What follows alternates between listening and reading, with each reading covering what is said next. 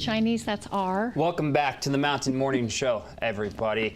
It is school season, and joining me to talk about the future of learning is Melinda Colton, the Director of Communications for Park City School District. So good to see you again. You too. Thanks for having me back. Last time we talked, it was in August, before school season was beginning. Now we're in the full swing of it. How's it going this year? It's going great. Our schools are just incredible, and of course, students showed up, but we're going to know what our enrollment totals are. Tomorrow we'll be announcing those. So, but normally we're around 4,800 students. So it's been a great start to the year, and our new superintendent is already making a difference. And she's got a very calming influence about her, and I really appreciate that. And I think that also, the students will appreciate that, because I know if the superintendent, who's kind of the head honcho, is stressed out, it makes everyone else stressed out and can lead to a bad school year. So having a calming demeanor is very nice. She has it, and she's very bright, and she is going to be an incredible asset to this community. And so I've really enjoyed working with her so far, and I know that our school principals have, and the community will get a few more chances coming up to meet with her and interact with her and kind of see the same things that I've seen. Perfect. So again, we're talking about the future of learning, which is this community process along with the school process to make kind of education and learning optimized for Park City. Correct. We bonded a few years ago, and as many know, that bond was not successful because what we looked at, and that was before I came, but I know in researching it, what we looked at was, what are the buildings that we need? What we're doing is taking about a half step back now, and we're saying, what does learning need to look like? Let's look at our educational value, our programs.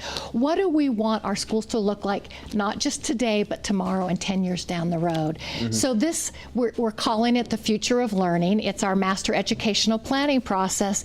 It will be going on for the next 9 months. We have formed a community committee called a steering committee, and they include stakeholders, representatives throughout the committee, some teachers, some parents, some senior citizens who don't have kids in the school system.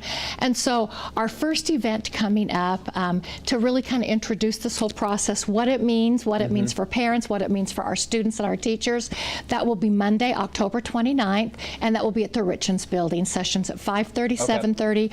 We want the public to come if this is something that they're interested in. Then on the following day, on Tuesday, October 30th, we have what we're calling the Future of Learning Summit. And what we have done is we have 3 to 4 educators from every one of our schools coming, some administrators, also the steering committee.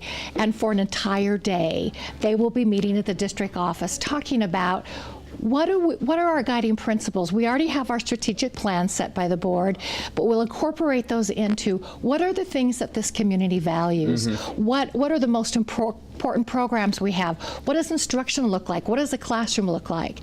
And then we'll do surveys throughout this year. We'll do some more open houses, several more workshops with teachers, specifically centered around curriculum and teaching and what instruction will look like and how it's going to change in the next few years. And then ultimately in May 2019, a report will be presented to the board, and it will say, these are the things we value. This is what we want our schools to look like. And do the current facilities that we have match that? So that instruction is driving facilities. It's not the other way around. And I think that's going to be a really important process, and one for parents to get involved in. And I think, you know, this whole thing is very important because education and learning is fluid. You should be flexible with it. It shouldn't be, you know, the same thing every year. It shouldn't get stagnant because education changes almost yearly, on a yearly basis. So doing this is very important. And also, it helps kids in the community kind of get together also. Correct. And, you know, you look at just the difference between my education, your education, and how technology, for one thing, has completely changed how that is. Also, the way that we teach learning, the way that we teach reading, and those kinds of things. It's going to be a really important task for our community to come together as a collective group and say, the education is great in this community, but it can always be better. And this is what we want it to look like. Is it a classroom where the teacher stands at the front, or our small learning groups? All of those things, the way that we instruct, are going to change.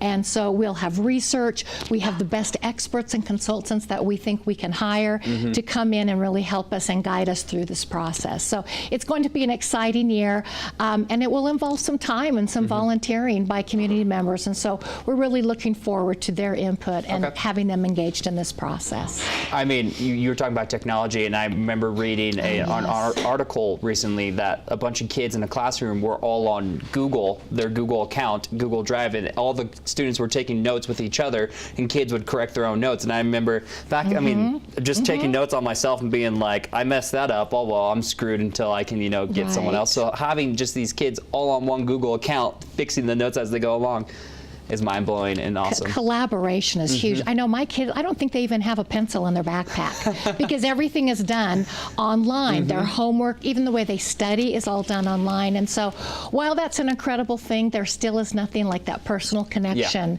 where the teacher knows them and the teacher understands their needs. And do we want a more individualized approach? Vocational training is going to be an area that we'll look at.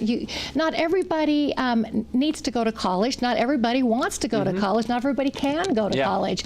So do we at this level in K-12 look at vocational training? I just read a survey recently that said in the next 4 years, we're going to need more than 1,000 diesel mechanics just in the state of Utah.